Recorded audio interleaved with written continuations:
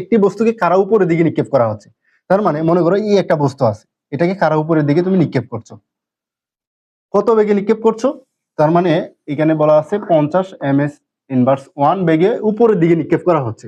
তার মানে যেহেতু উপরের দিকে নিক্ষেপ করা হচ্ছে তার আদি বেগ দেওয়া আছে, তার মানে আমি বলতে পারি u equals to 50 ms inverse 1।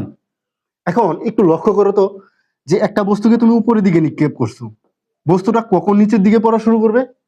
যখন সে আর উপরে উঠতে পারবে না তখন নিচের দিকে পড়া শুরু করবে। তাহলে আমি ধরতে পারি যে সর্বোচ্চ এই উচ্চতায় উঠলো, এই উচ্চতায় উঠার পরে সে আবার নিচের দিকে পড়া শুরু করবে। তাহলে সর্বোচ্চ উচ্চতায় তার শেষ বেগ কত হবে? 0 ms ইনভার্স 1, তারপরে আবার নিচের দিকে পড়া শুরু করবে।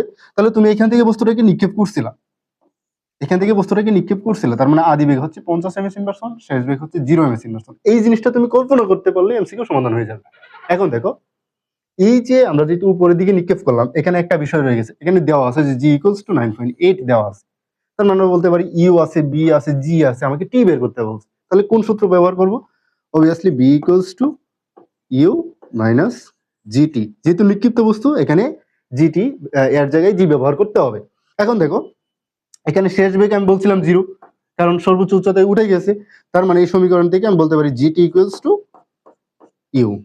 তাহলে t equals to u by g. এই শর্টকাট ফর্মুলাটা ইউজ করতে পারো যে সর্বোচ্চ উচ্চতায় উঠতে সময় টি ইকুয়ালস টু ইউ প্লাস জি, এটা মনে রাখতে পারো। এখন দেখো ইউ এর মান দেওয়া আছে 50, জি এর মান হচ্ছে 9.8।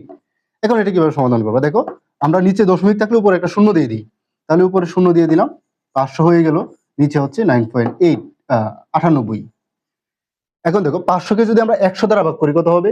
5 হবে।